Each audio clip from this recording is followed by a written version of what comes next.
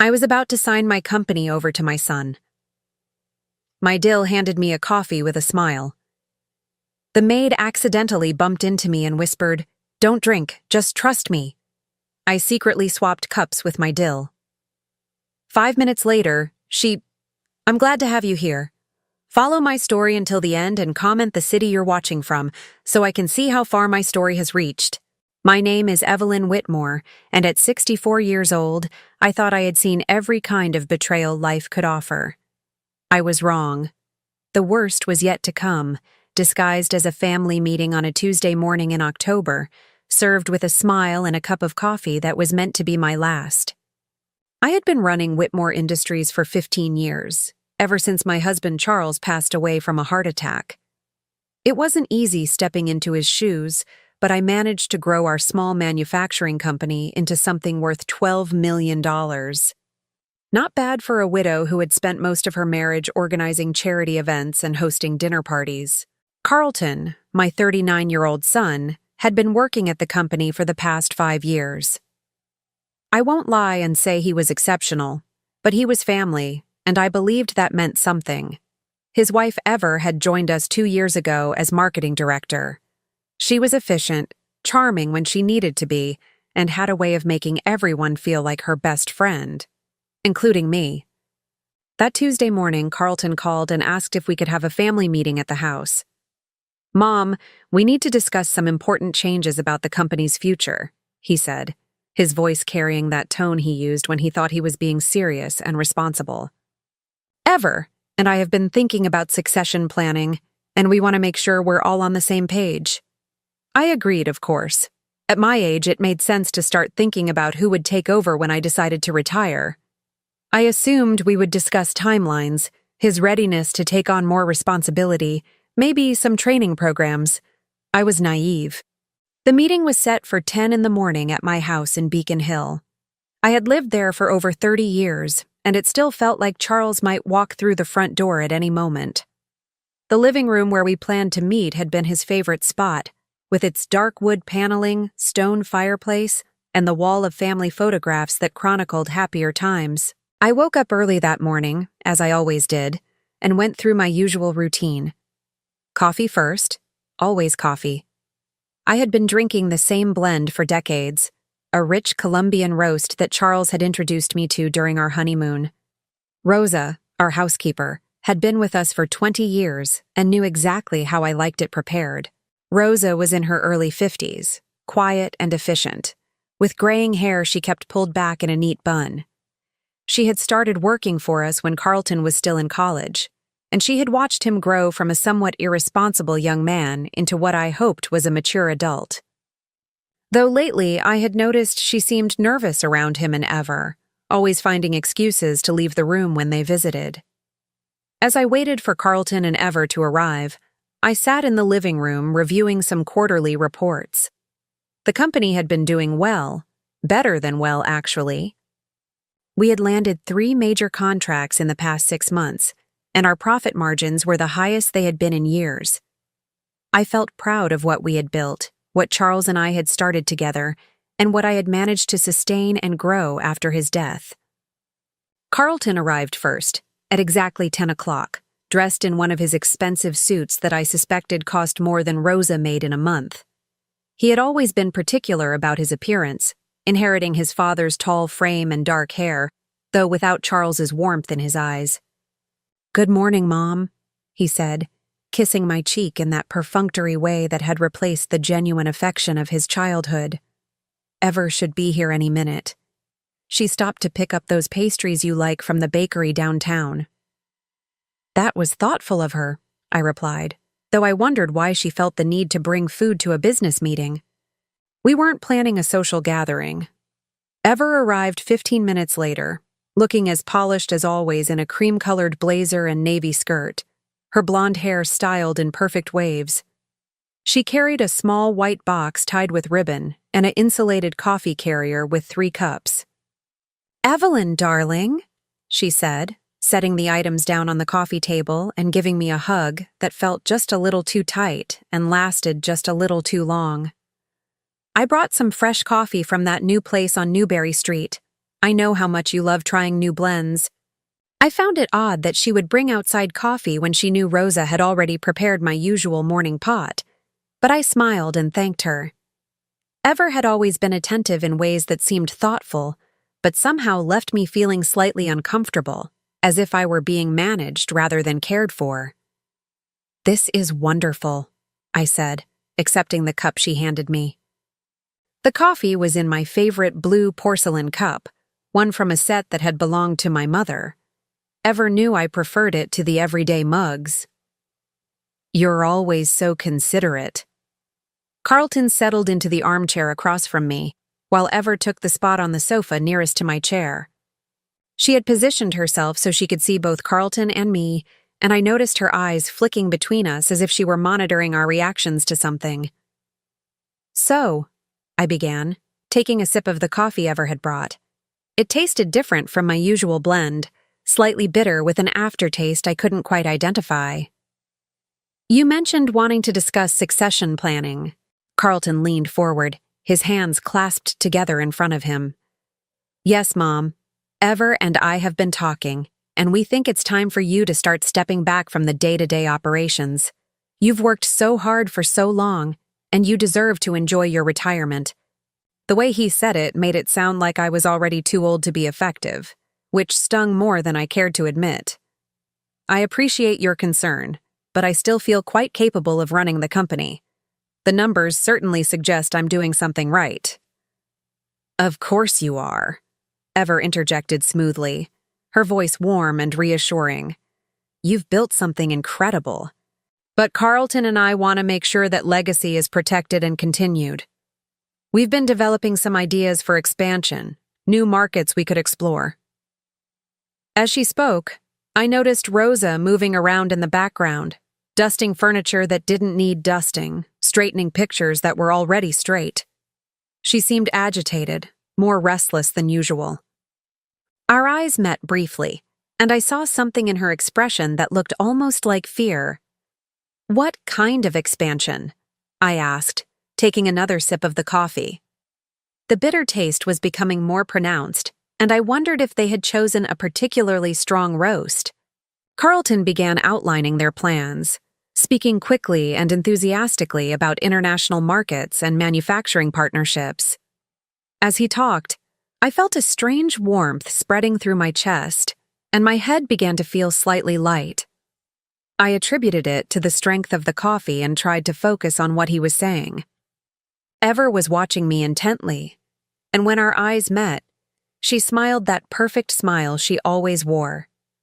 But there was something behind it, something I had never noticed before. It wasn't warmth or affection. It was anticipation. "The thing is, Mom," Carlton continued, "we would need you to sign some paperwork today to get the process started. Transfer of authority forms, updated partnership agreements, that sort of thing." He reached into his leather briefcase and pulled out a thick stack of documents. "I know it seems like a lot, but our lawyers have reviewed everything. It's really just a formality to begin the transition." I reached for the papers, but my hand felt strangely heavy. The warmth in my chest was spreading, and I was starting to feel dizzy. "I think I need to review these more carefully before signing anything," I said, my voice sounding distant to my own ears. "Of course," Ever said quickly, standing up. "But maybe you should finish your coffee first. You look a little pale." That's when Rosa appeared beside my chair, carrying a tray of clean silverware that she clearly didn't need to be handling at that moment. As she leaned over to set the tray on the side table, she stumbled, catching herself against my arm. The movement caused my coffee cup to tip, and the remaining liquid spilled across my lap and onto the floor. "Oh no, Mrs. Whitmore, I'm so sorry," Rosa exclaimed, her voice carrying more emotion than a simple accident warranted. As she knelt to clean up the spill, she looked directly into my eyes and whispered, so quietly that only I could hear, "Don't drink any more of that. Just trust me." The urgency in her voice sent a chill through me that had nothing to do with the spilled coffee. In 20 years, Rosa had never been anything but calm and professional. The fear in her eyes was real, and it made my blood run cold. Rosa?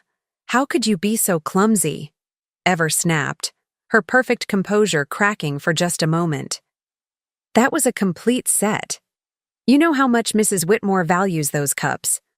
It's quite all right, I said, my mind racing despite the strange lethargy that was settling over my body. Rosa's warning had triggered every instinct I had learned in decades of business dealing with people who didn't always have my best interests at heart.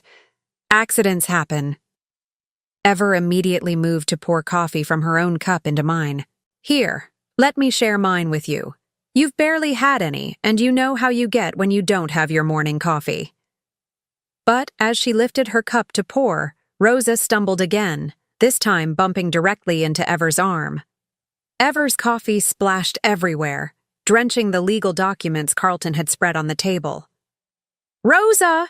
Carlton shouted, jumping to his feet. "What the hell is wrong with you today?" "I'm so sorry, Mr. Carlton," Rosa stammered. But as she looked at me, I saw something different in her expression. Relief. In the confusion of cleaning up the second spill, I noticed that Ever had gone very quiet. She was staring at the coffee stains on the papers with an expression I couldn't quite read. When she looked up and saw me watching her, she forced another smile. "Well, this is quite a mess," she said with a laugh that sounded forced. "Maybe we should postpone this meeting until we can get new copies of the documents." "Actually," I said, my mind becoming clearer despite my physical discomfort, "I think I'd like to see those papers now, coffee stains and all." As I reached for the documents, I watched Ever carefully. There was something in her reaction, a tension that hadn't been there before Rosa's accidents. She seemed almost disappointed that we weren't rescheduling. "Of course," Carlton said, but I could hear the reluctance in his voice. Though they're a bit difficult to read now. As I began to scan the documents, my vision blurring slightly from whatever was making me feel so strange, I noticed that Rosa was still in the room, pretending to organize items on the bookshelf, but clearly listening to every word. Then, Ever reached for the coffee pot to refill her cup, and something extraordinary happened. Her hand was shaking so badly that she could barely hold it steady. This was a woman who never showed even the slightest sign of nervousness, who could handle high-pressure business meetings without breaking a sweat. "Ever, are you feeling all right?" I asked, genuinely concerned despite my growing suspicions. "Oh, I'm fine," she said quickly, setting the pot down without pouring any coffee. "Just a little tired." But as I watched her, I noticed that her face was becoming flushed, and she seemed to be having trouble focusing her eyes. She sat down heavily on the sofa, one hand pressed to her forehead. "I think I might need to lie down for a moment," she said, her voice sounding weak and distant. Carlton immediately moved to her side, all concern and attention. "Honey, what's wrong? Should I call a doctor?" Ever tried to stand, but her legs wouldn't support her. She collapsed back onto the sofa, her skin now pale and damp with perspiration. "I feel so strange," she whispered. "Like everything is spinning." That's when Rosa stepped forward, and I saw something in her eyes that told me she knew exactly what was happening. "Mrs. Ever," she said, her voice steady now, "when did you last eat something today?" "I had breakfast," Ever replied, but her words were slurring slightly. "I feel so dizzy." Suddenly, her body went rigid, and then she began to convulse. It wasn't dramatic or theatrical like you see in movies. It was terrifying and real, her body jerking uncontrollably while Carlton held her and shouted her name. "Call 911, I managed to say, though my own voice sounded strange to my ears. As Carlton frantically dialed for an ambulance, I looked at Rosa, who was standing perfectly still, watching the scene unfold with an expression of grim satisfaction rather than shock. And in that moment, as the sirens began wailing in the distance and Ever's body continued to shake with whatever was coursing through her system, I realized that the coffee I had been drinking, the coffee that Rosa had deliberately spilled, had been meant for me. The woman lying there convulsing on my sofa had just been poisoned by her own weapon. The ambulance ride to Boston General Hospital felt like it lasted forever, though it was probably no more than 15 minutes. I sat beside Carlton in the back, watching the paramedics work on Ever as she drifted in and out of consciousness. Her face was the color of ash, and despite the oxygen mask covering half her face, her breathing remained shallow and labored. Carlton held her hand and kept repeating, "You're going to be okay, baby. You're going to be fine." But I noticed something that chilled me more than Ever's condition. His voice lacked genuine panic. It carried concern, yes, but it sounded more like an actor delivering lines than a husband watching his wife fight for her life. I kept thinking about Rosa's warning and the deliberate way she had spilled that coffee. 20 years of working together, and Rosa had never been clumsy. Never. She dusted priceless antiques, handled delicate china, and moved through our house with the precision of someone who understood the value of everything she touched. At the hospital, Ever was rushed into the emergency room while Carlton and I were directed to a waiting area that smelled of disinfectant and fear. The fluorescent lights were too bright, casting everything in harsh shadows that made Carlton's face look gaunt and strange. "I should call her parents," Carlton said, pacing back and forth across the small space. "They'll want to know what happened." "What are you going to tell them?" I asked, watching his reaction carefully. He stopped pacing and turned to look at me. "The truth, that she collapsed at home and we don't know why." But that wasn't the complete truth, was it? The complete truth was that Ever had collapsed after drinking coffee that was supposed to be mine. Coffee that Rosa had deliberately prevented me from finishing. The complete truth was that my son's wife might be dying from poison that had been intended for me. A doctor appeared about an hour later. A tired-looking woman in her 40s with kind eyes and grave expression. "Are you the family of Ever Whitmore?" "I'm her husband," Carlton said immediately. "This is my mother. How is she?" "She's stable, but we're running extensive blood tests. Her symptoms suggest some kind of toxic ingestion. Can you think of anything unusual she might have consumed today? Any medications, supplements, cleaning products?" Carlton shook his head quickly. "Nothing out of the ordinary. We were just having coffee and discussing business when she suddenly felt dizzy and collapsed." The doctor made notes on her chart. "What about the coffee? Where did it come from?" "Ever brought it from a new place on Newberry Street," Carlton replied. "But my mother and I had the same coffee, and we're fine." Except that wasn't true either. I had barely drunk any of mine before Rosa spilled it, and what little I had consumed had made me feel dizzy and disoriented. The effects had worn off during the ambulance ride, leaving me with a clear head and a growing certainty that someone had tried to kill me. "We'll need to test any remaining coffee or food from your meeting," the doctor continued. "The police will want to investigate if this turns out to be intentional poisoning." I saw Carlton's jaw tighten almost imperceptibly. "Of course, whatever you need." After the doctor left, Carlton immediately pulled out his phone. "I need to call Rosa and have her clean up the mess from this morning before the police get there." "Actually," I said quietly, "I think we should leave everything exactly as it is." He looked at me sharply. "Why would we do that?" "Because if someone tried to poison Ever, the evidence might help them figure out who did it." Carlton stared at me for a long moment, and I saw something flicker across his face. Calculation. "You think someone deliberately poisoned her? I think we shouldn't make any assumptions until we know more." But I had already made my assumption, and it was becoming more solid with every passing minute. Someone had tried to poison me, and Ever had drunk it instead. The question was whether Carlton had been part of the plan or if he was as innocent as he was pretending to be. When I excused myself to use the restroom, I instead walked outside and called Rosa. She answered on the first ring, as if she had been waiting by the phone. "Mrs. Whitmore? How is Mrs. Ever?" "She's alive, Rosa. No thanks to the coffee she brought this morning." There was a long silence on the other end of the line. Finally, Rosa spoke, her voice barely above a whisper. "You need to know something, Mrs. Whitmore. Things I've been seeing, things I should have told you about sooner." "What kinds of things?" "Can you meet me somewhere private?" "Not at the house."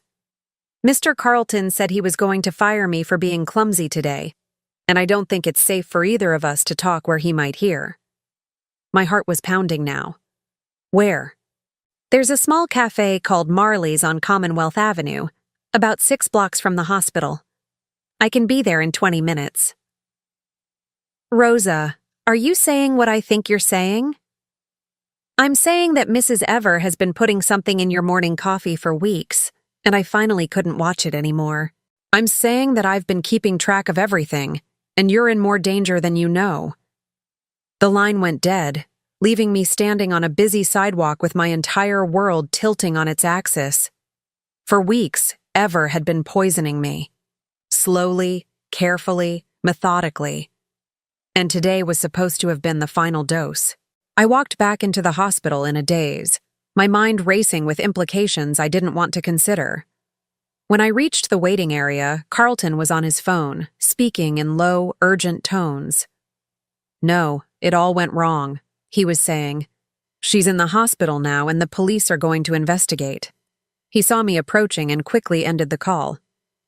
That was work, he said smoothly. I had to cancel my afternoon meetings. But I had heard enough to know that whoever he was talking to, it wasn't anyone from the office. Carlton had been expecting something to go wrong. He had been prepared for police involvement. Carlton, I said, sitting down beside him, I need you to be completely honest with me about something. He turned to face me, and for a moment, his mask slipped. I saw fear in his eyes, but also something else. Resentment. What do you want to know, Mom? How long have you been planning to take over the company? What do you mean? I mean, how long have you been waiting for me to die so you could inherit everything? The question hung in the air between us like a physical presence. Carlton's face went through several expressions in quick succession: shock, hurt, anger, and finally, something that looked almost like relief. I would never want anything to happen to you, Mom. You know that. But he had answered too quickly, and his voice carried that same artificial quality I had noticed in the ambulance. It was the voice of someone who had rehearsed this conversation. I'm going to step outside for some air, I said, standing up. Will you call me if there's any news about Ever? Of course. As I walked away, I heard him make another phone call.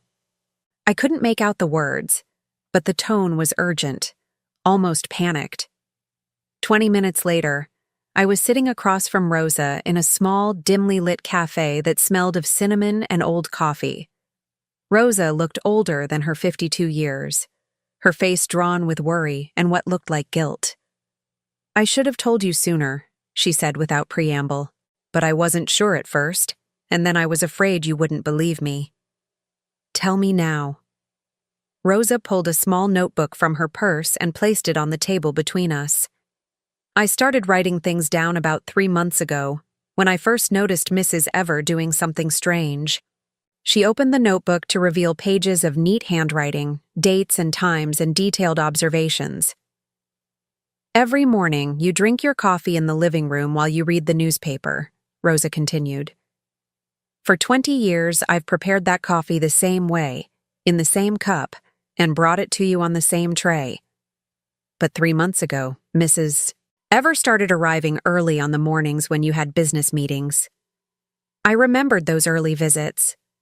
Ever would arrive before 9, claiming she wanted to help prepare for whatever meeting we had scheduled. She would often take over the coffee service, insisting that Rosa had enough to do. At first, I thought she was just being helpful, Rosa continued, flipping through the pages. But then I noticed that you started feeling sick on those mornings. Dizzy, nauseous, weak. You said it was just stress from work, but it only happened when Mrs. Ever had handled your coffee. She showed me a page covered with dates and symptoms.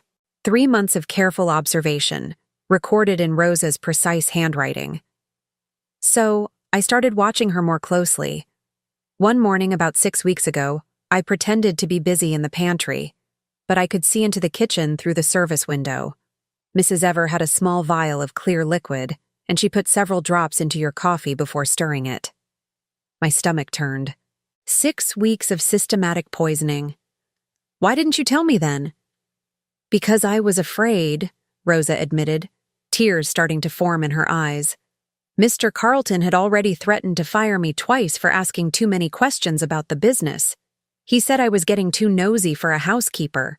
I was afraid that if I accused his wife of poisoning you without proof, he would not only fire me but make sure I could never work anywhere else. So you started keeping records. I started keeping records, and I started taking pictures. She pulled out her phone and showed me a series of photos. Ever in the kitchen, reaching into her purse. Ever standing over my coffee cup with something in her hand. Ever stirring the cup with an expression of cold concentration. This morning, Rosa continued, I saw her put more drops than usual into your coffee. Much more. And I heard her on the phone earlier, talking to Mr. Carlton about how everything would be finished today. I knew that whatever she was planning, it was going to be worse than making you feel sick. So you made sure I didn't drink it. I couldn't let her kill you, Mrs. Whitmore. You've been good to me for 20 years. You helped me when my daughter was sick. You paid for her surgery when I couldn't afford it. You treated me like family when my own family was thousands of miles away. I reached across the table and took Rosa's hand. You saved my life. But Mrs. Ever is alive, and she's going to face the consequences of what she tried to do to me. Rosa squeezed my hand. There's more, Mrs. Whitmore. Things I found out about Mr. Carlton. She flipped to another section of her notebook. He's been meeting with lawyers about changing your will. He's taken out life insurance policies on you that you don't know about. And he's been moving money from the business accounts into accounts that only he can access. The betrayal cut deeper than I had expected. Carlton wasn't just waiting for me to die naturally. He had been actively planning my murder while stealing from the company that would eventually be his inheritance anyway. How much money has he moved? Rosa consulted her notes. From what I could see on the papers he left in the study, at least $200,000 over the past 6 months. Maybe more. $200,000. Enough to hire professional help, to cover up evidence, to buy silence. Enough to fund a systematic murder plot. Rosa, I need you to do something for me. I need you to gather all of your evidence and take it directly to the police. Don't go home first. Don't call anyone. Just go straight to the station. What about you? I'm going back to the hospital to wait for the test results. If they confirm that Ever was poisoned, it's going to create a lot of questions that Carlton won't be able to answer. As we stood to leave, Rosa grabbed my arm. Mrs. Whitmore, please be careful. If Mr. Carlton realizes that you know what they were planning. He won't hurt me in a hospital full of witnesses. But Rosa, after you talk to the police, don't go home. Stay somewhere safe until this is resolved. I walked back to Boston General with my mind clearer than it had been in months. The dizziness and confusion I had been experiencing weren't symptoms of aging or stress. They were symptoms of gradual arsenic poisoning, designed to weaken me before the final, fatal dose.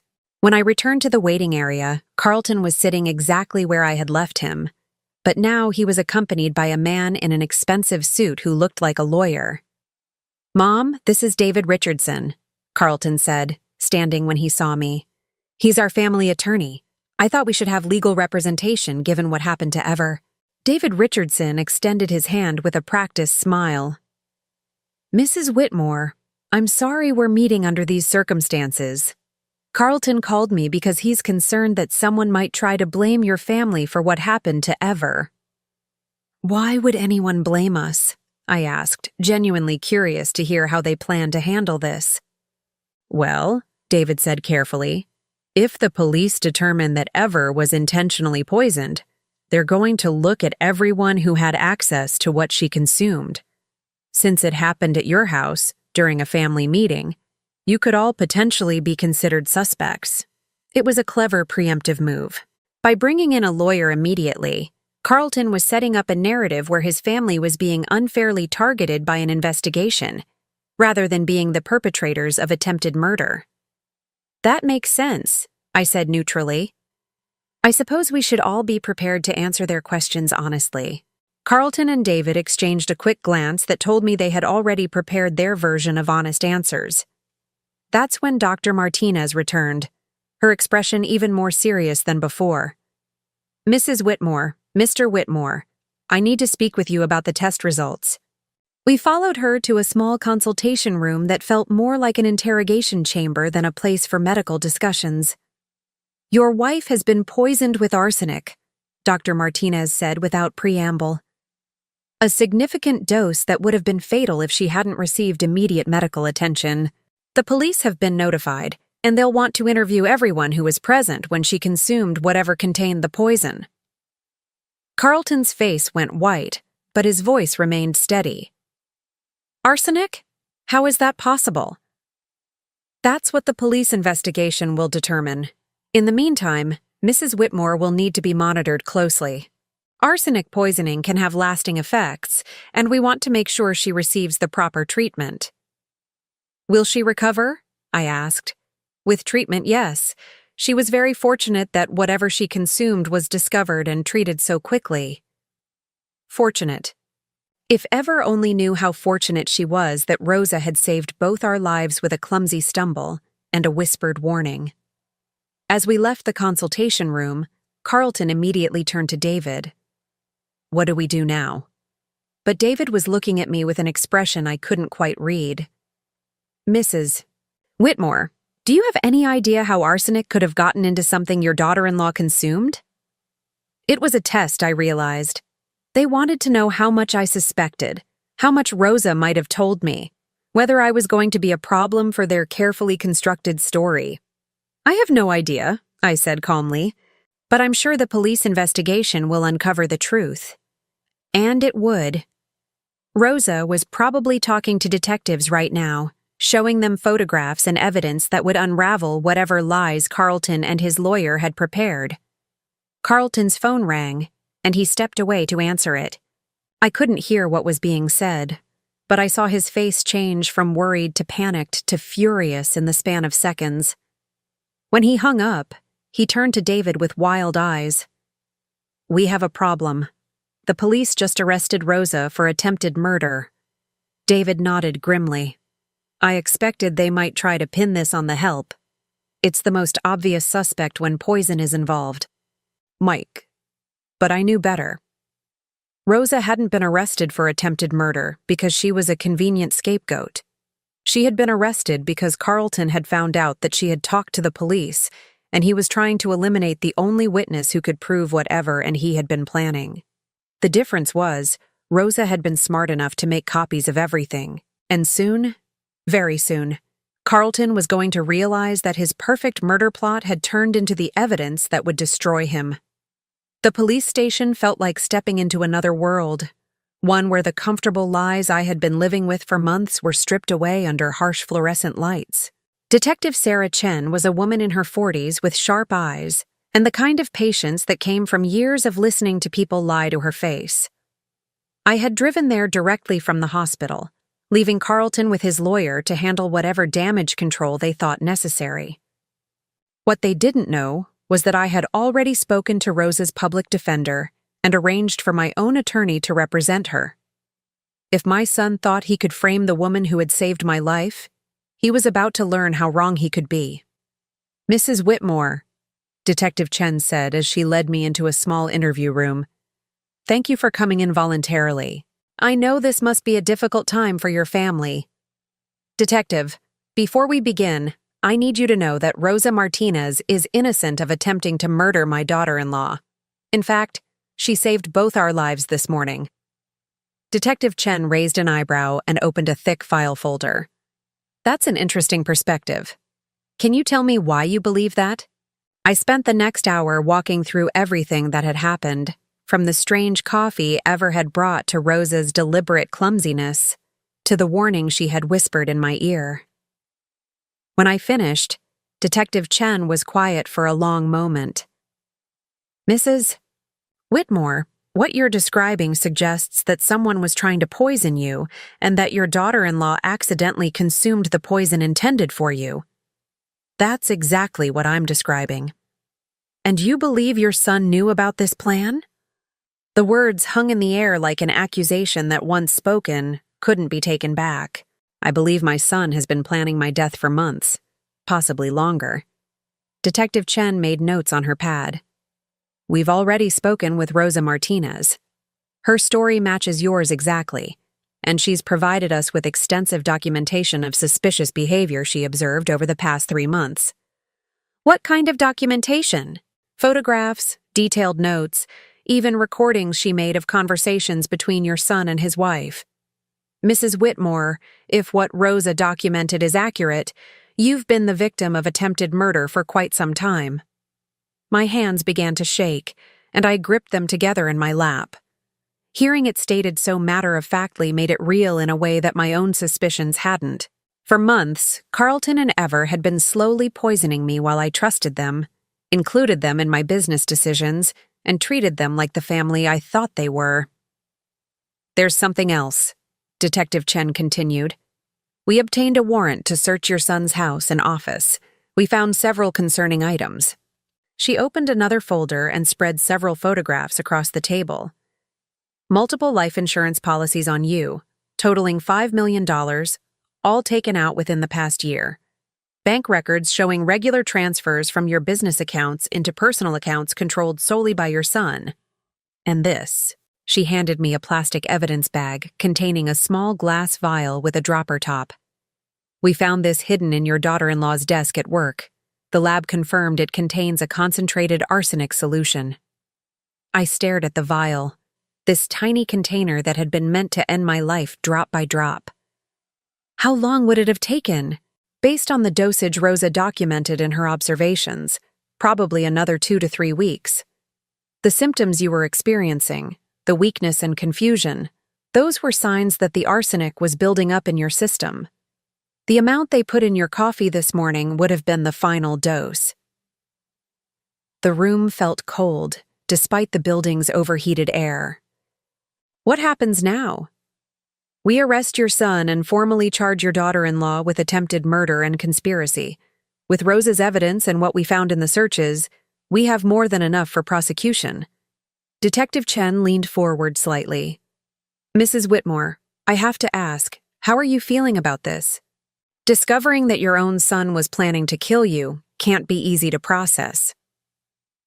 The question caught me off guard, because I realized I hadn't allowed myself to feel anything yet. I had been focused on facts, evidence, and legal procedures.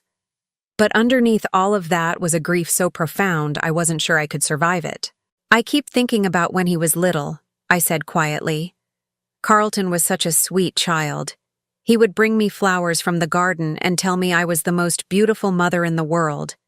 When his father died, he held my hand at the funeral and promised he would always take care of me. My voice cracked on the last words. I don't know when that little boy became someone who could look me in the eye while planning my murder. I don't know when I stopped being his mother and became just an obstacle to his inheritance. Detective Chen nodded sympathetically. People change, Mrs. Whitmore. Sometimes greed and entitlement can override every other emotion, including love. What your son did doesn't reflect on you as a mother or diminish the love you gave him. But it did diminish something. It diminished my faith in my own judgment, my ability to trust, my sense of security in the world. How do you rebuild your life when the foundation you built it on turns out to have been rotten from the beginning? We'll need you to testify when this goes to trial, Detective Chen continued. Your testimony about Rosa's warning and your son's behavior will be crucial. Of course, whatever you need. As I prepared to leave the police station, Detective Chen handed me her card. Mrs. Whitmore, I'd recommend staying somewhere other than your house for the next few days. We'll need to process it as a crime scene.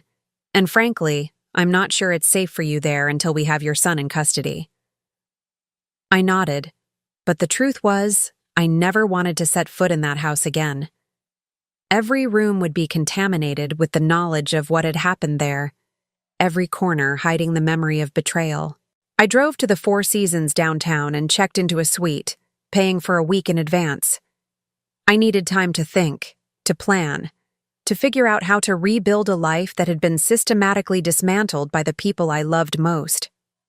The hotel room was elegant and anonymous, decorated in neutral tones that demanded nothing from me emotionally. I ordered room service and sat by the window looking out at the city below, watching people go about their normal lives while mine fell apart and reformed into something entirely different. My phone rang constantly throughout the evening. Carlton's number appeared over and over again, but I didn't answer. I wasn't ready to hear his voice, to listen to whatever explanations or justifications he might offer. There could be no explanation that would make this acceptable, no justification that would restore my trust in him. Finally, around 9 o'clock, I answered one of his calls. "Mom, thank God." Carlton's voice was frantic, high-pitched with panic. "Where are you?" "The police came to the house with a warrant. They're searching everything, taking papers, asking neighbors about Ever and me." "I'm somewhere safe." "Mom, this is all a terrible misunderstanding. That crazy woman Rosa has filled your head with lies. Ever would never hurt you. We love you." Carlton stopped talking. The firmness in my voice seemed to surprise him. For a moment, there was silence on the line. "I know what you did," I said quietly. "I know about the life insurance policies, the money you stole from the company, the arsenic Ever was putting in my coffee. I know all of it." Another silence, longer this time. When Carlton spoke again, his voice had changed completely. Gone was the frantic son pleading for understanding. What remained was cold and calculating. "You can't prove anything, Mom. It's your word against ours, and Ever is the one in the hospital. If anyone looks guilty here, it's you." "Is that really how you want to play this? You want to accuse your own mother of trying to poison your wife?" "I want to protect my family from false accusations. Rosa was fired for theft last year. Did you know that? She has every reason to want revenge against us." But I knew that was a lie. Rosa had never been fired, never been accused of theft. Carlton was making up stories as he went along, trying to muddy the waters enough to create reasonable doubt. "Carlton, I've already spoken to the police. I've told them everything." "Then you've made a terrible mistake, Mom, a mistake that's going to destroy this family." "This family was destroyed the moment you and Ever decided I was worth more to you dead than alive." I hung up before he could respond, but the phone rang again immediately. This time, I turned it off completely. The next morning, I woke to a knock at my hotel room door. Through the peephole, I saw Detective Chen holding a newspaper. "I thought you should see this before you hear about it from someone else," she said, handing me the Boston Herald. The headline read, "Local businessman arrested in wife poisoning plot." Below it was a photograph of Carlton being led away in handcuffs, his face a mask of rage and humiliation. "We arrested him at his house around 6 this morning," Detective Chen explained. "He's been charged with conspiracy to commit murder, attempted murder, embezzlement, and insurance fraud." "What about Ever?" "She's still in the hospital, but she's been formally charged as well. Her lawyer is already talking about a plea deal." I set the newspaper down without reading the article. Seeing Carlton's picture on the front page, seeing him reduced to a criminal defendant, should have felt like vindication. Instead, it felt like the final death of something I hadn't even realized I was still hoping for. "Mrs. Whitmore, there's something else. Rosa Martinez was released this morning. All charges against her have been dropped, and the district attorney's office has issued a public apology for her arrest." "Is she all right?" "She's shaken up, but she's tough. She wanted me to give you this." Detective Chen handed me a sealed envelope with my name written in Rosa's careful handwriting. Inside was a short note. "Mrs.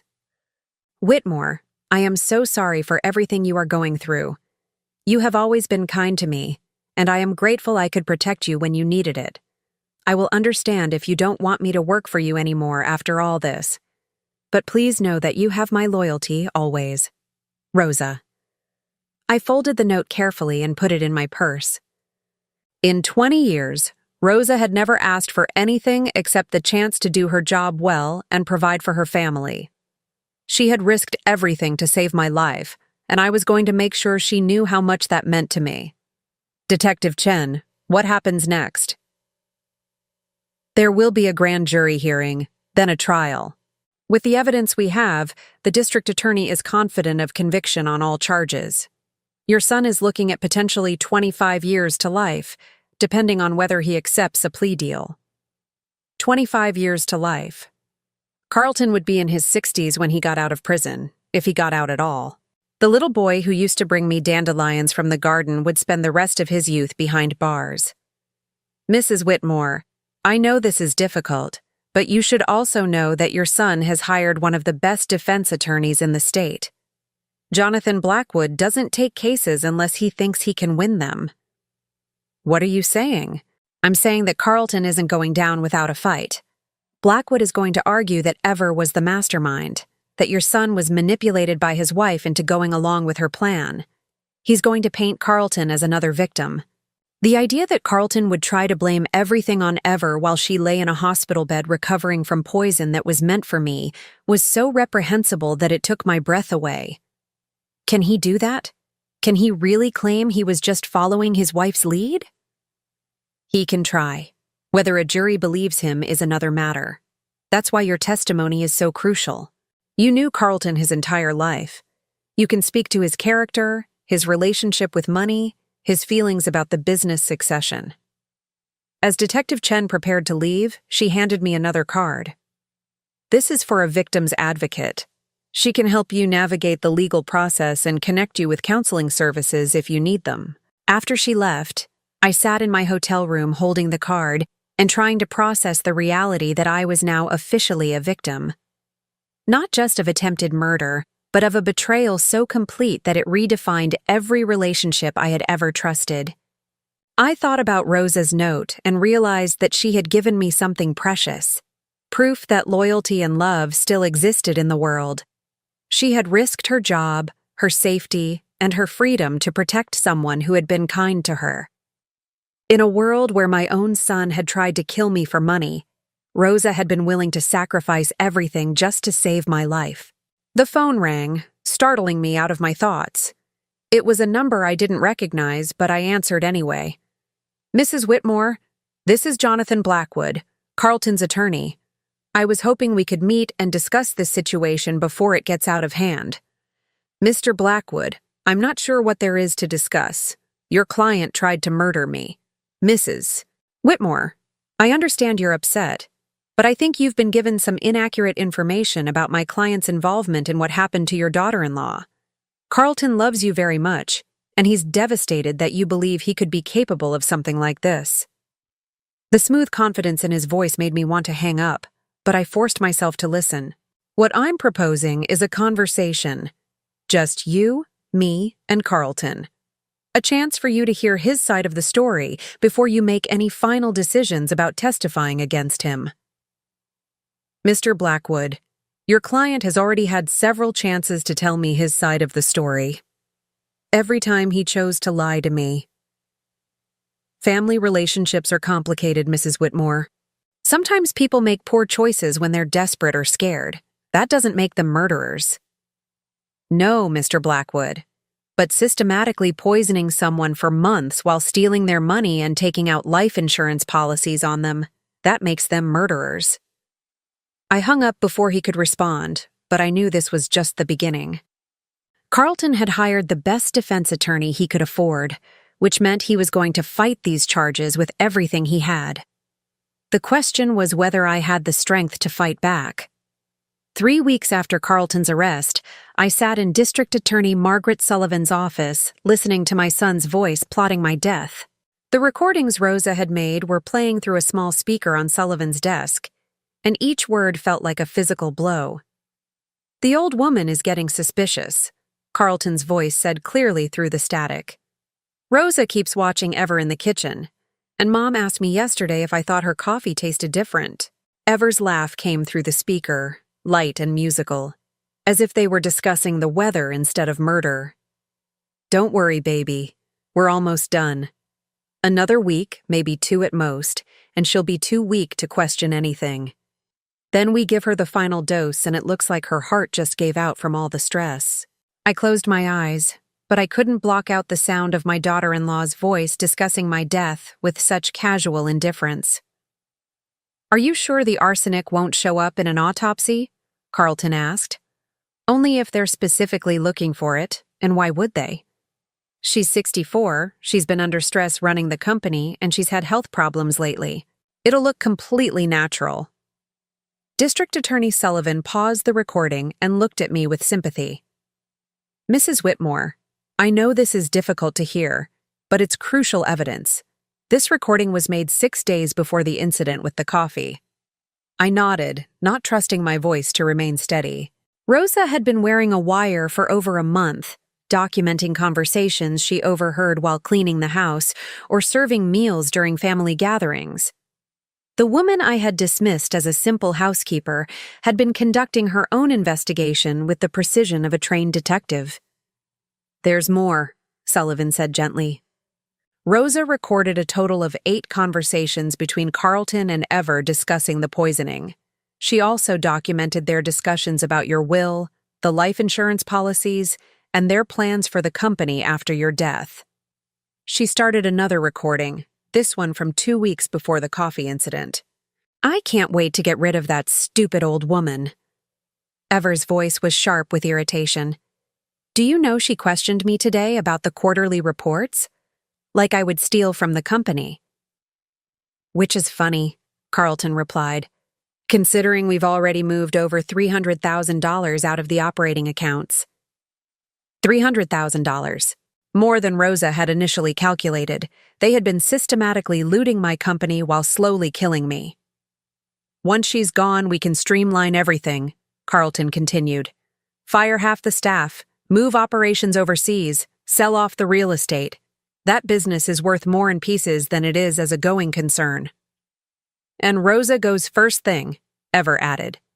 "I hate the way she looks at me like she knows something. Plus, she's too expensive for what she does."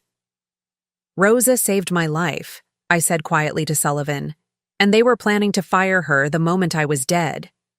Sullivan nodded. "Mrs. Whitmore, what you need to understand is that Carlton and Ever weren't just planning to kill you. They were planning to dismantle everything you built. Your employees would have lost their jobs, your business relationships would have been destroyed, and your charitable commitments would have been abandoned." She played another recording, this one from just 3 days before the incident. "I'm getting tired of waiting." Ever's voice was petulant, like a child denied a toy. "Can't we just give her a bigger dose and get this over with?" "We have to be careful," Carlton replied. "If we move too fast, it might raise suspicions. Besides, I'm enjoying watching her get weaker. She used to be so controlling, always telling me how to run things. Now she can barely make it through a board meeting without getting dizzy." The cruelty in his voice was worse than the criminal intent. This wasn't just about money or inheritance. Carlton had genuinely enjoyed watching me suffer. "I keep thinking about the will reading," Ever continued. "When that lawyer reads out that everything goes to you, and there's nothing for Rosa, nothing for any of those employees who think they're so loyal, I wish I could see their faces. Don't worry, baby. We'll have plenty of time to enjoy it. 40 years of marriage, maybe 50. We'll be rich for the rest of our lives." Sullivan stopped the recording. "Mrs. Whitmore, there's something else you need to know about this last conversation. Rosa wasn't the only person who heard it." I looked up sharply. "What do you mean?" "Your security system at home includes audio recording in the main living areas. We obtained a warrant for those recordings, and we found that several of the conversations Rosa documented were also captured by your home security system." I had no idea the system recorded audio. Most people don't. The installer probably mentioned it when it was set up, but it's not something homeowners typically think about. However, it means we have independent verification of Rosa's recordings. Carlton's defense team can't claim she fabricated the evidence. Sullivan pulled out another folder. "There's also this. We found a detailed timeline in Ever's handwriting, documenting the progression of your poisoning and the expected timeline for your death. She handed me a photocopy of a handwritten document. In Ever's neat script, I saw a medical chart tracking my declining health over 3 months. Week 1-2, fatigue, mild nausea. Week 3-4, increased weakness, digestive issues. Week 5-6, confusion, dizziness, weight loss. The document continued for 12 weeks, ending with final dose, cardiac event expected within 24 to 48 hours. She was tracking my symptoms like a laboratory experiment, I said, my voice barely above a whisper. Mrs. Whitmore, Ever has a background in chemistry. She worked for a pharmaceutical company before she married your son. She knew exactly what she was doing, and she documented it because she wanted to perfect the method for potential future use. The implications of that statement hit me like a physical blow. Future use? We believe that if this had succeeded, Carlton and Ever might have targeted other elderly family members or business associates. Ever's computer contained research on several other people in your social circle, including their health histories and financial situations. The scope of their planning was breathtaking in its callousness. This wasn't a crime of passion or desperation. It was the methodical work of people who had discovered they enjoyed causing suffering and wanted to perfect their technique. There's one more recording I need you to hear, Sullivan said. This one was made the morning of the incident, before Rosa intervened. She started the final audio file, and I heard Carlton and Ever in what sounded like a final planning session. You're sure about the dosage? Carlton asked. Absolutely. I calculated it based on her current level of toxicity. This amount will cause cardiac arrest within 2 hours. And you're sure it won't be traceable? By the time anyone thinks to test for arsenic, it'll be metabolized enough to look like natural causes. The coroner will see an elderly woman with recent health problems who died of heart failure. Case closed. What about Rosa? What about her? She's just the help. Fire her the next day, give her some story about downsizing. She'll be too busy looking for another job to ask questions. I love you, Ever. I love how smart you are, how you think of everything. I love you too, baby. After today, we'll never have to worry about money again. We'll never have to pretend to care about your boring mother and her precious little company. The recording ended, and the office fell silent except for the hum of the air conditioning. I sat there staring at the speaker, trying to process the fact that my son had just told his wife he loved her for planning to murder me. Mrs. Whitmore, Sullivan said gently, I want you to know that with this evidence, we have an ironclad case. Even the best defense attorney in the country won't be able to explain away 8 recordings and written documentation of a murder plot. What kind of sentence are they looking at? With the premeditation evident in these recordings, the financial crimes, and the systematic nature of the poisoning, we're seeking life without the possibility of parole for both Carlton and Ever. Life without parole. My son would die in prison, and part of me felt like that was exactly what he deserved. But another part, the part that remembered the little boy who used to climb into my bed during thunderstorms, felt like something inside me was dying too. There's something else, Sullivan continued. Ever's attorney has approached us about a plea deal. She's willing to testify against Carlton in exchange for a reduced sentence. I looked up sharply. What kind of reduced sentence? 25 years instead of life. She would be eligible for parole when she's 58.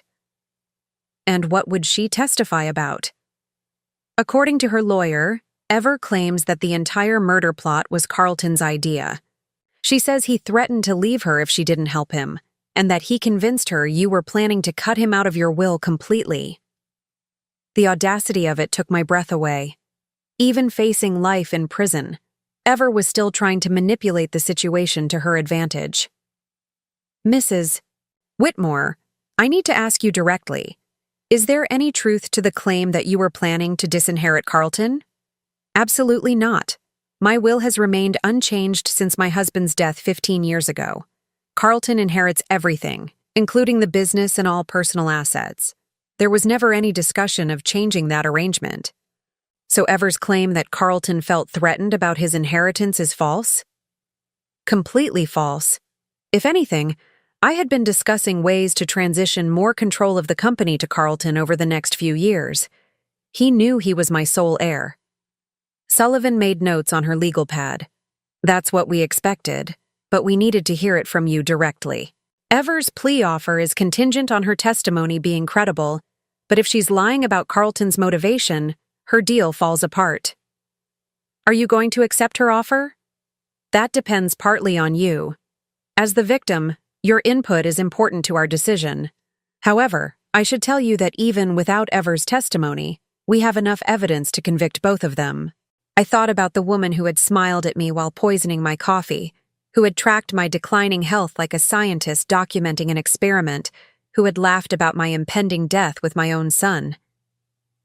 I don't want her to get a reduced sentence, I said firmly. Ever was not a victim of Carlton's manipulation. She was an equal partner in attempted murder, and she should face the full consequences of that choice. Sullivan nodded. I'll inform her attorney that the plea offer is rejected. As I prepared to leave the district attorney's office, Sullivan handed me one final document. This is a victim impact statement form. When this goes to trial, you'll have the opportunity to address the court and explain how these crimes have affected your life. I took the form, thinking about what I would say to a room full of strangers about the betrayal that had nearly cost me everything. How do you explain the feeling of discovering that your own child values your money more than your life? How do you articulate the loss of faith in every relationship you've ever trusted? That evening, I sat in my hotel room with Rosa, who had come to update me on the status of the house and the business. She looked older than her 52 years, worn down by the stress of the past few weeks and the knowledge that she had been living in the middle of a murder plot. Mrs. Whitmore, Rosa said quietly, I need to tell you something. When I was recording Mr. Carlton and Mrs. Ever, I heard them talk about other things too. Things about you. What kind of things? Rosa hesitated, clearly uncomfortable with what she was about to share. They used to make fun of you. They would laugh about how easy it was to fool you, how you believed everything they told you about caring for you and wanting to help with the business. My chest tightened, but I forced myself to listen. Mr. Carlton used to do impressions of you, the way you talk in business meetings, the way you worry about the employees. Mrs. Ever would laugh and say you were pathetic, that you were so desperate for their love that you would believe anything. The cruelty of it was almost worse than the murder plot. They hadn't just wanted me dead. They had actively despised me while pretending to love me. Rosa, why didn't you tell me this sooner? Because I thought it would hurt you too much. And because I was afraid that if you knew how much they hated you, you might not fight back when the time came. But she was wrong about that. Knowing the depth of their contempt didn't make me want to give up. It made me want to fight even harder. Mrs. Whitmore, Rosa continued, there's something else. The police asked me to keep working at the house while they finished their investigation. They wanted me to document anything else I found. Yesterday, I discovered something in Mr. Carlton's office. She reached into her purse and pulled out a photograph. It showed Carlton and Ever at what looked like an expensive restaurant, raising champagne glasses in a toast. They were both smiling broadly, looking happier than I had ever seen them. I found this in a frame on his desk, Rosa said. When I looked at the date stamp, it was taken the day after your last doctor's appointment, when you told them you were feeling weak and dizzy. They had been celebrating my deteriorating health. While I was worried about my symptoms and considering medical tests, Carlton and Ever had gone out for champagne to toast the success of their murder plot. Rosa, I said, studying the photograph, I want you to give this to Detective Chen. I want the jury to see exactly how Carlton and Ever felt about slowly killing me. She nodded and put the photograph back in her purse. Mrs. Whitmore, I need to ask you something. When this is all over, when the trial is finished and they're in prison, what are you going to do? It was a question I had been avoiding because I didn't know the answer. My entire life had been built around relationships and institutions that no longer existed. My son was gone, not just to prison, but to a moral darkness I couldn't comprehend. My company would need to be rebuilt from the financial damage Carlton and Ever had inflicted. My house would forever be the place where someone tried to murder me. I honestly don't know, I admitted. Everything I thought I knew about my life turned out to be a lie. I need to figure out how to build something new. Rosa reached across the table and took my hand. Mrs. Whitmore, for 20 years you treated me with kindness and respect. You helped my family when we needed it, and you never made me feel like I was just the help. Whatever you decide to do next, I hope you know that you have people who care about you. For the first time since this nightmare began, I felt a spark of something that wasn't grief or rage or fear. It was hope. Not hope that my old life could be restored, but hope that a new life, built on truth and genuine relationships, might be possible. The recordings had shown me the worst of human nature, the capacity for cruelty and betrayal that I never wanted to believe existed. But Rosa had shown me something else, the capacity for loyalty, courage, and love that asks for nothing in return. As I prepared for the trial that would determine Carlton and Ever's fate, I realized that their greatest miscalculation wasn't underestimating Rosa or overestimating their own cleverness. Their greatest mistake was believing that destroying my faith in them would destroy my faith in everything. They were wrong about that, just as they had been wrong about everything else. 6 months later, I sat in the front row of Suffolk County Superior Court, watching my son being led into the courtroom in shackles. Carlton had lost weight during his time in jail, and his expensive suits had been replaced with an orange jumpsuit that made him look smaller somehow, diminished in a way that had nothing to do with physical appearance. Ever entered separately, her blonde hair pulled back severely and her face pale without makeup. She kept her eyes fixed straight ahead, never once looking in my direction. The woman who had smiled while poisoning my coffee for months couldn't even meet my gaze now that she faced the consequences of her actions. The trial had drawn significant media attention. Mother targeted for murder by son and daughter-in-law was the kind of story that fascinated and horrified people in equal measure.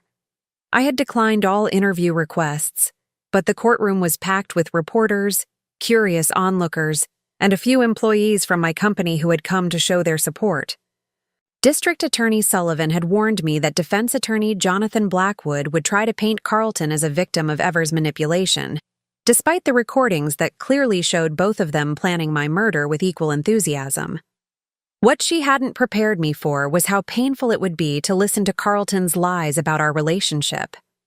"Ladies and gentlemen of the jury," Blackwood began his opening statement, "this is a case about a troubled young man who fell under the influence of a manipulative woman with a background in chemistry and a talent for psychological control." I watched Carlton's face as his lawyer portrayed him as weak and easily influenced. There was no shame there, no recognition that he was allowing another person to take responsibility for his choices. The man sitting at the defense table bore no resemblance to the son I had raised. Ever Whitmore preyed on Carlton's insecurities about his inheritance, Blackwood continued.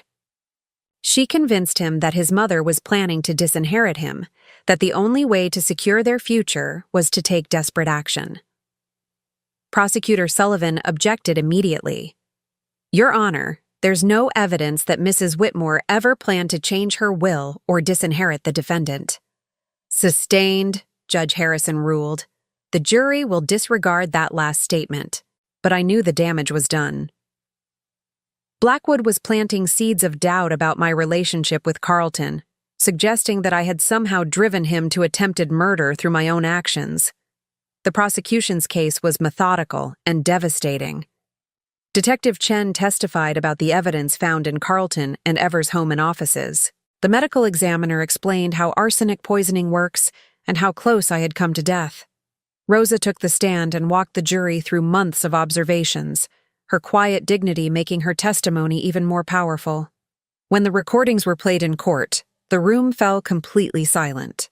Hearing Carlton and Ever discuss my murder in their own voices, laughing about my suffering and planning their celebration of my death, created an atmosphere of shock that even Blackwood couldn't dispel. "I love how smart you are, how you think of everything." Carlton's voice echoed through the courtroom as he praised Ever for calculating the fatal dose of arsenic. I watched the jury's faces as they listened. Several jurors looked physically sick. One woman in the front row was crying. Whatever sympathy Blackwood hoped to generate for Carlton was evaporating with each cruel word. The most damaging evidence came from Ever's own documentation. Prosecutor Sullivan displayed enlarged copies of Ever's handwritten timeline, showing the jury exactly how she had tracked my declining health week by week, planning my death like a scientific experiment. "The defendant didn't just plan to kill Mrs. Whitmore," Sullivan told the jury. "She enjoyed watching her suffer. She documented every symptom, every sign of weakness, as if she were conducting a research study on the best way to murder someone." When it came time for the defense to present their case, Blackwood called several character witnesses who testified about Carlton's good reputation before his marriage. His college roommate, a former business partner, even our family pastor spoke about the Carlton they had known. But their testimony felt hollow against the weight of the evidence. It didn't matter what kind of person Carlton had been before Ever, if he had become someone capable of slowly poisoning his own mother. Blackwood's strategy became clear when he called Dr. Patricia Vance, a psychiatrist who specialized in psychological manipulation and coercive control. "In my professional opinion," Dr. Vance testified, "Carlton Whitmore exhibits all the classic signs of someone who was psychologically manipulated by a skilled predator. Ever Whitmore used her knowledge of chemistry and psychology to create a situation where Carlton felt he had no choice but to participate in her plan."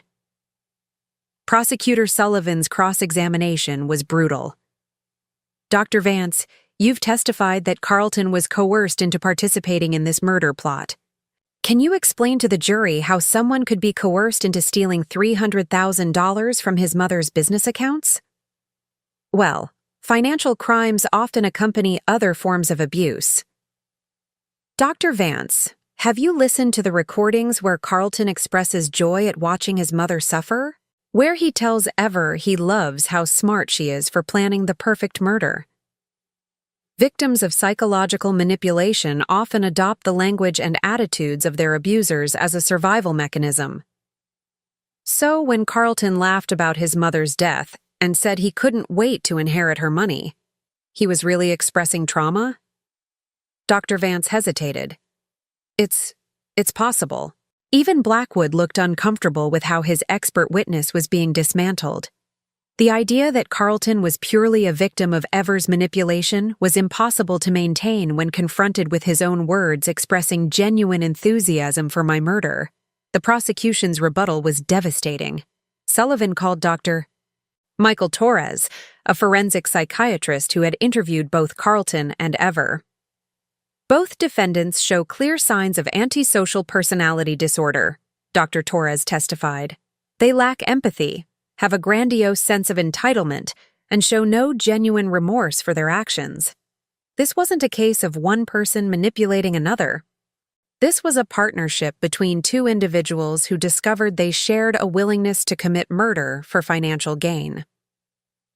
When it came time for victim impact statements, I had debated whether to speak at all.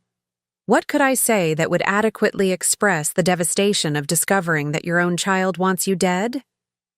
How do you explain the feeling of having your entire life revealed as a lie?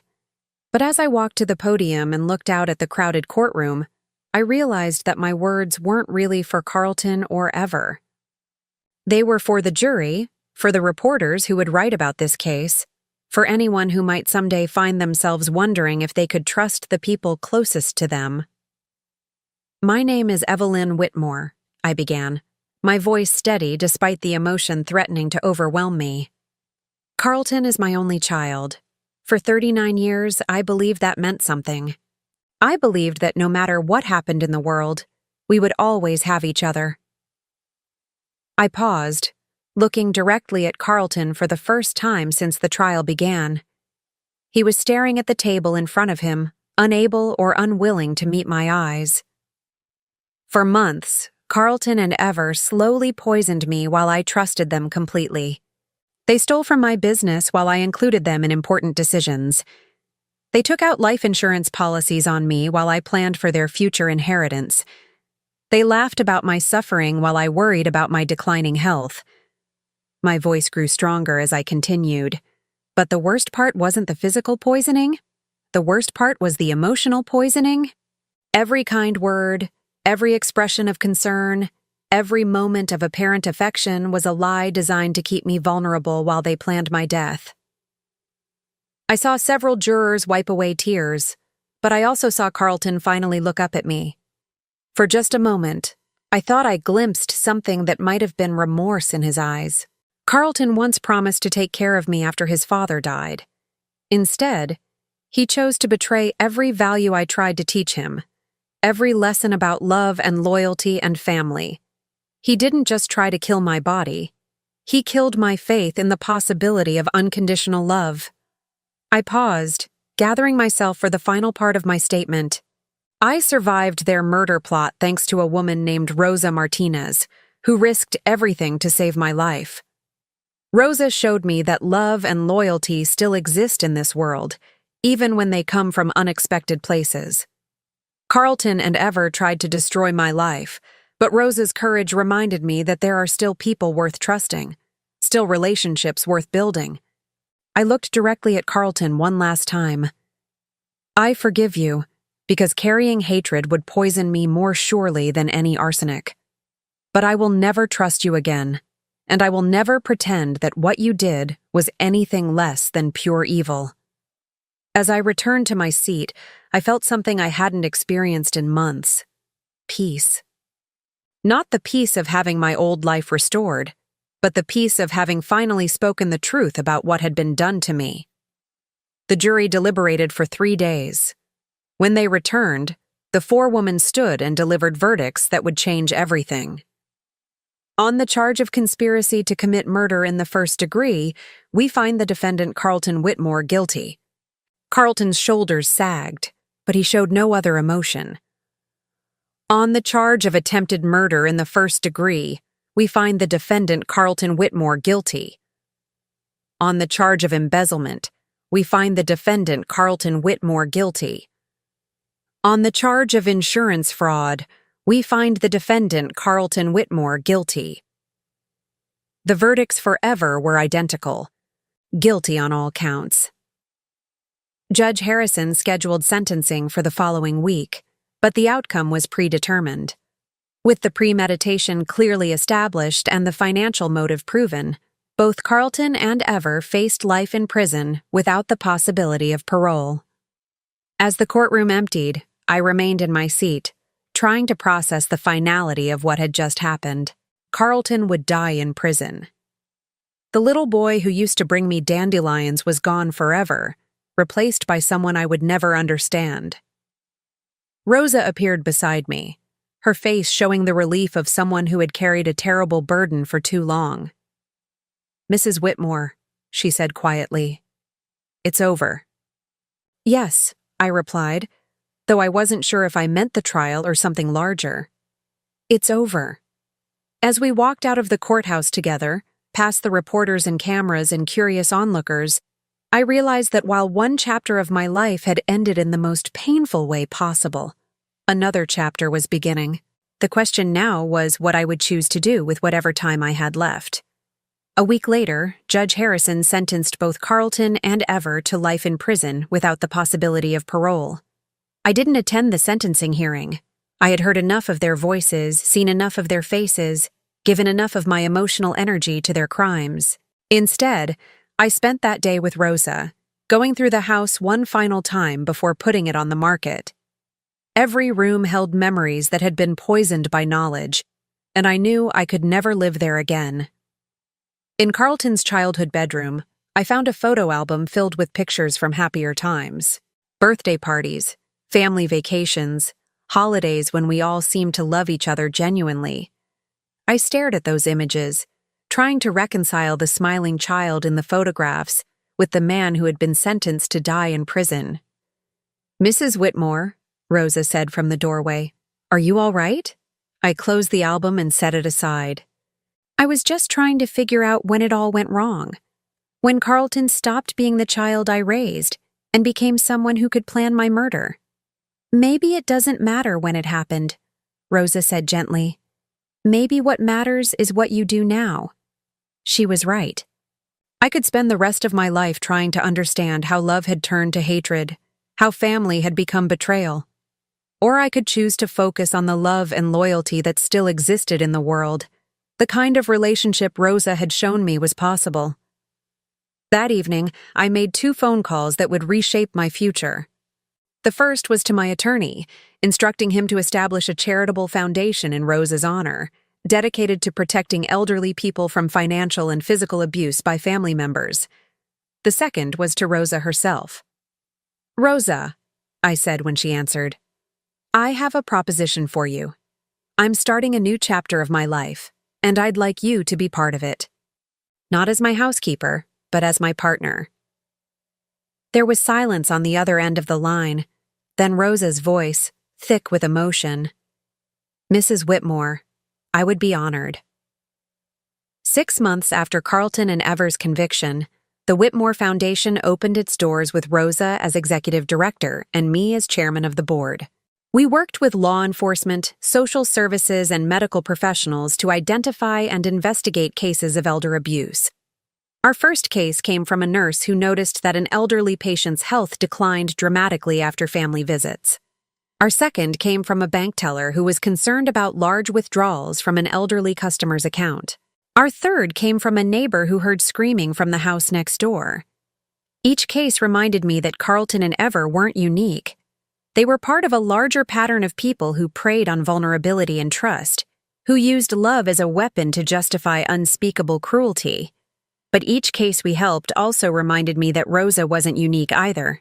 There were people everywhere who were willing to stand up for what was right, even when it cost them something. The foundation became my new purpose, my new family. Not the biological family that had tried to destroy me, but the chosen family of people who shared my commitment to protecting those who couldn't protect themselves. I never saw Carlton again. He wrote letters from prison, but I returned them unopened. There was nothing he could say that would change what he had done, no explanation that would restore the trust he had shattered. Ever died in prison 3 years after her conviction, killed by another inmate in a dispute over contraband cigarettes. I felt nothing when I heard the news. Not satisfaction, not grief. Just the dull recognition that someone who had caused great pain was no longer capable of causing more. Carlton remained in prison, and as far as I knew, he would stay there until he died. Sometimes I wondered if he ever thought about the family he had destroyed, the mother he had tried to murder, the life he had thrown away for money he would never live to spend. But mostly, I tried not to think about him at all. The foundation grew, expanding to serve elderly victims across New England. Rosa proved to be a brilliant administrator, her quiet competence and genuine compassion making her beloved by staff and clients alike. On the 5th anniversary of the foundation's opening, we held a celebration dinner for our supporters and volunteers. As I looked around the room at the faces of people who had dedicated themselves to protecting the vulnerable, I realized something profound. Carlton and Ever had tried to poison my faith in human nature, just as they had poisoned my coffee. But they had failed. Their evil had been answered by Rosa's courage, their betrayal balanced by the loyalty of strangers who became friends, their hatred overwhelmed by a community of people committed to love in action. The coffee they prepared for me had been meant to be my last. Instead, it had become the beginning of a new life built on truth, justice, and the kind of family that chooses each other rather than simply sharing blood. As I raised my glass to toast the work we were doing, I thought about the morning Rosa had whispered, "Don't drink, just trust me." She had saved more than my life that day. She had saved my faith in the possibility of goodness. And that, I realized, was worth more than any inheritance. 10 years have passed since that October morning when Rosa saved my life with a whispered warning and a spilled cup of coffee. I am 74 now, and as I sit in my garden watching the sunrise paint the sky in shades of pink and gold, I can honestly say that these have been the most meaningful years of my life. The house where Carlton tried to murder me was sold within months of his conviction. I couldn't bear to live with those memories, couldn't walk through rooms where my own son had plotted my death. Instead, Rosa and I found a beautiful colonial in Wellesley, far enough from Boston to feel like a fresh start, but close enough to continue our work with the foundation. Rosa lives in the guest house on the property, though the distinction between guest and family disappeared long ago. She is 72 now, her hair completely silver, but her eyes still sharp with the intelligence that saved both our lives. We share morning coffee each day, a ritual that began as necessity, but became the anchor of a relationship deeper than blood. The Whitmore Foundation has grown beyond anything I could have imagined. What started as a way to channel my grief into purpose has become a nationally recognized organization with offices in 12 states. We've helped prosecute over 300 cases of elder abuse, recovered millions of dollars in stolen assets, and created support networks for victims who thought they had nowhere to turn. Rosa serves as our national director now, though she jokes that she's the only executive director in America who still insists on doing her own grocery shopping and refuses to hire a housekeeper. "I know what happens when you trust the wrong people," she says with a smile that has never lost its warmth despite everything she's seen. Our work has brought us into contact with heartbreak on a daily basis.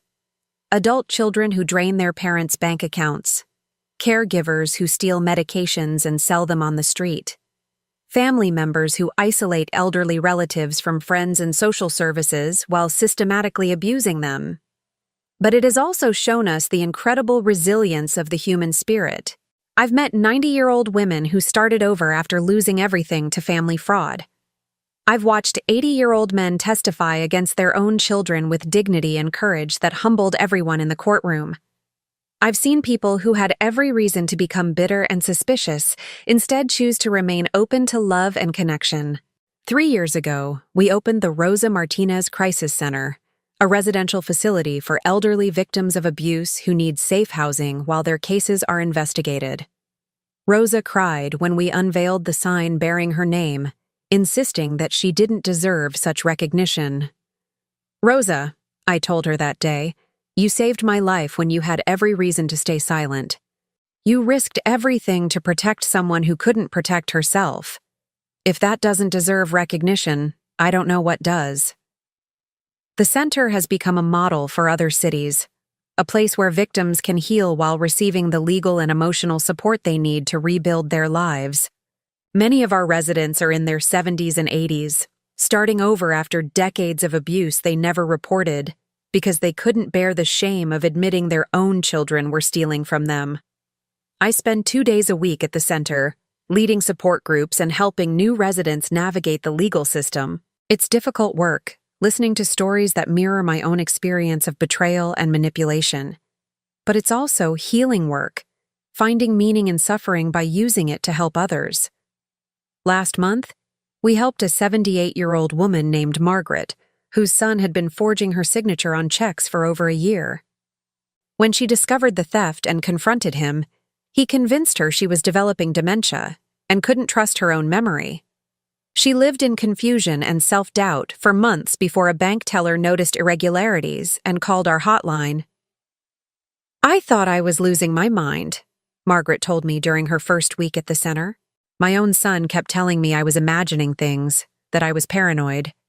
I started to believe him."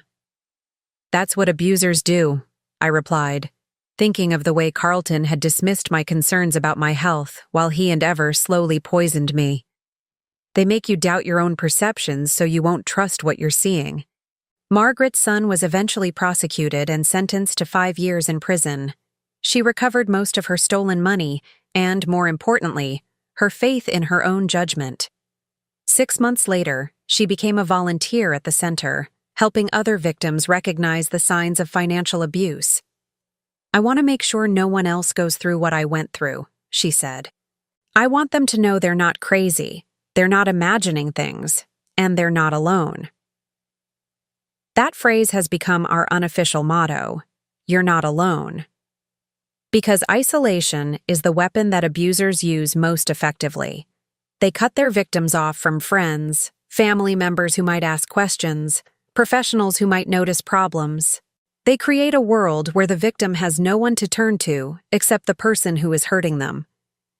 The foundation has also become personal in ways I never expected. Rosa and I have been invited to speak at conferences, to share our story with law enforcement officers, social workers, and medical professionals who might encounter elder abuse in their work. The first time I told our story to a room full of strangers, I was terrified. How do you explain that your own son tried to murder you without sounding like you're seeking pity? How do you describe the betrayal without making people uncomfortable about their own family relationships? But I learned that people need to hear these stories. They need to understand that elder abuse doesn't just happen in nursing homes or to people who have no family. It happens in beautiful houses in expensive neighborhoods. It's perpetrated by people with college degrees and professional careers. It's hidden behind smiles and expressions of concern. After one of our presentations, a nurse approached me with tears in her eyes. "Mrs. Whitmore," she said, "I've been worried about one of my patients for months. Her daughter brings her to appointments, but something about their interactions felt wrong. The patient seemed scared of her own daughter, but I couldn't put my finger on why. After hearing your story, I think I know what I'm seeing." That nurse's instincts led to an investigation that revealed the daughter had been stealing her mother's Social Security payments and threatening to put her in a nursing home if she told anyone. The mother was moved to safety, and the daughter was prosecuted. One presentation led to one nurse trusting her instincts, which led to one victim being saved. That's how change happens, one person at a time, one moment of courage building on another. The foundation has also brought unexpected relationships into my life. Dr. Sarah Chen, the detective who investigated Carlton's crimes, became a close friend and now serves on our board of directors. She retired from the police force 5 years ago and works with us full-time, training law enforcement officers to recognize and investigate elder abuse. "Your case changed how I approach these investigations," she told me recently. "Before, I might have assumed that family members were innocent until proven guilty. Now I know that sometimes the people who seem most concerned are the ones causing the harm." We've also developed relationships with prosecutors, judges, and victim advocates across the country. The network of people committed to protecting elderly victims has grown exponentially, and I'm proud that our foundation helped create connections between professionals who might otherwise work in isolation. But perhaps the most unexpected development has been my relationship with other family members who were never part of Carlton's world. Charles's sister Margaret reached out to me 5 years ago, saying she had been following the foundation's work and wanted to reconnect. "I lost touch with you after Charles died," she admitted over lunch at a restaurant near her home in Vermont. "I was dealing with my own grief, and Carlton seemed so protective of you. I assumed you wanted space to heal as a family." Margaret is 81 now, a retired teacher with grandchildren who adore her. She had no idea what Carlton and Ever were planning, no knowledge of the systematic abuse I endured. When she learned the truth, she was horrified and heartbroken. "I keep thinking about all those years we could have stayed in touch," she said. "If I had been around more, maybe I would have noticed something was wrong. Maybe I could have helped." "Margaret," I told her, "Carlton and Ever were experts at hiding what they were doing. They fooled me for months, and I was living with them. Please don't blame yourself for not seeing something they worked very hard to conceal." Margaret now volunteers with the foundation and has become one of my closest friends. She represents the family connection I thought I had lost forever, the continuation of my relationship with Charles through someone who loved him too. Her presence in my life has been healing in ways I didn't expect. When she tells stories about Charles as a young man, or when she shares memories of family gatherings from decades ago, she helps me remember that not all family relationships are built on manipulation and lies. "Charles would be so proud of what you've built," she told me recently as we walked through the foundation's headquarters. He always said you had a gift for turning pain into purpose. I think about Charles often, especially when I'm struggling with difficult cases or feeling overwhelmed by the scope of elder abuse in our society. I wonder what he would think about Carlton's crimes, whether he would be angry or heartbroken or both. I wonder if he would understand my decision to cut Carlton out of my life completely, or if he would urge me to maintain some connection despite everything. But mostly, I think Charles would be proud that I chose to build something positive from the ashes of our family's destruction. He would appreciate that Rosa and I have created a new kind of family, one based on choice and shared values rather than biological connections. Carlton is still in prison, serving his life sentence without possibility of parole. He continued writing letters for several years after his conviction, but I returned them all unopened. Eventually, the letters stopped coming. I don't know if he gave up hope of reconciliation or if something happened to him in prison. I've chosen not to find out. Sometimes people ask if I feel guilty about cutting off all contact with my only child. The question used to bother me, but I've learned to answer it honestly. I feel no guilt about protecting myself from someone who tried to murder me. He's still your son, a well-meaning friend said once. Don't you think you owe him forgiveness? I forgave Carlton years ago, I replied. Forgiveness means I don't carry hatred or resentment. But forgiveness doesn't require me to maintain a relationship with someone who systematically abused me. I can forgive him and still choose not to have him in my life. The distinction between forgiveness and reconciliation is one I've had to explain many times, both to myself and others. Forgiveness is something you do for your own peace of mind. Reconciliation is something that requires genuine remorse and changed behavior from the person who caused harm. Carlton has never shown genuine remorse. Even his letters, the few I glimpsed before returning them, were focused on his own suffering rather than the pain he caused. He wrote about the conditions in prison, about missing his old life, about feeling betrayed by Ever's plea negotiations. He never wrote about understanding why what he did was wrong, or about recognizing the devastation he caused. I learned early in my recovery that I could forgive Carlton without trusting him, that I could let go of anger without letting him back into my life. The Foundation's work has reinforced this understanding. I've met dozens of elderly victims who felt obligated to maintain relationships with abusive family members because family is family. Family is what you make it, I tell them. Biology creates connections, but love creates family. If someone consistently chooses to harm you rather than love you, they've made their own choice about what kind of relationship you have. This philosophy has guided my own choices about family. Rosa and I are family in every way that matters. Margaret and I are family through our shared love for Charles and our mutual choice to support each other. The staff and volunteers at the Foundation are family through our commitment to a common purpose. Carlton and I share DNA, but we are not family.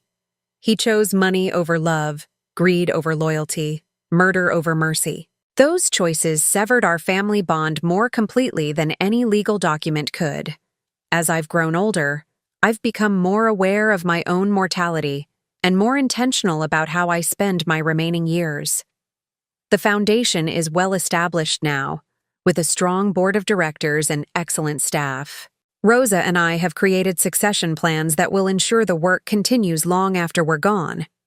I've also made peace with the reality that I will probably die without reconciling with Carlton. For a long time, that thought made me sad. Now, it makes me grateful. Grateful that I survived his murder attempt. Grateful that I had the opportunity to build a meaningful life after discovering the truth about his character. Grateful that my last years are filled with purpose and genuine relationships rather than the toxic manipulation I endured for so long. Last week, we celebrated the Foundation's 10th anniversary with a gala dinner that raised over $2 million for our programs. As I looked around the room at the hundreds of people who had come together to support elder abuse victims, I felt a profound sense of completion. This is what I was meant to do with my life. Not just run a successful business or raise a successful child, but use my experience of betrayal and survival to help others navigate their own journeys from victimhood to empowerment. Rosa and I often talk about what would have happened if she hadn't been brave enough to spill that coffee, to whisper that warning, to document Carlton and Ever's crimes. I would be dead, certainly. But more than that, all the people we've helped through the foundation would still be trapped in abusive situations. One moment of courage, Rosa said recently, can change everything. She's right. Her moment of courage saved my life, but it also created ripples that have spread far beyond either of us could have imagined. Every victim we've helped represents another ripple, another life changed, another story of survival rather than destruction. This morning, as I finish my coffee and prepare for another day at the foundation, I think about the woman I was 10 years ago. Naive, trusting, desperate for family connection even when that connection was poisoning me. That woman couldn't have imagined the life I live now, the satisfaction of work that matters, the peace of relationships based on truth and choice rather than obligation and manipulation. Carlton tried to steal my life for money he would never live to enjoy. Instead, he gave me the gift of clarity about what really matters. Not blood relations or inherited wealth, but the courage to stand up for justice and the wisdom to recognize love when it appears in unexpected forms. The coffee that was meant to kill me became the catalyst for the most meaningful chapter of my life. Every morning when Rosa and I share our breakfast, every day when we help another victim find safety and justice, every moment when we choose love over hatred and hope over despair, I am drinking from a cup that represents survival, purpose, and the triumph of good people over evil intentions. At 74, I am more alive than I was at 64. At 74, I know who I can trust and why trust is worth the risk. At 74, I understand that family is not about blood or obligation, but about people who choose to protect and cherish each other. The sun is fully up now, painting my garden in brilliant morning light. Rosa will arrive soon for our daily coffee, and we'll spend another day working to make the world a little safer for people who deserve protection and love. I am Evelyn Whitmore, survivor of attempted murder, founder of a movement, and mother to a family I chose rather than inherited. This is not the life I planned, but it is exactly the life I was meant to live. And every day, with every cup of coffee shared in love rather than deception, I celebrate the simple miracle of being alive. Now I'm curious about you who listened to my story. What would you do if you were in my place?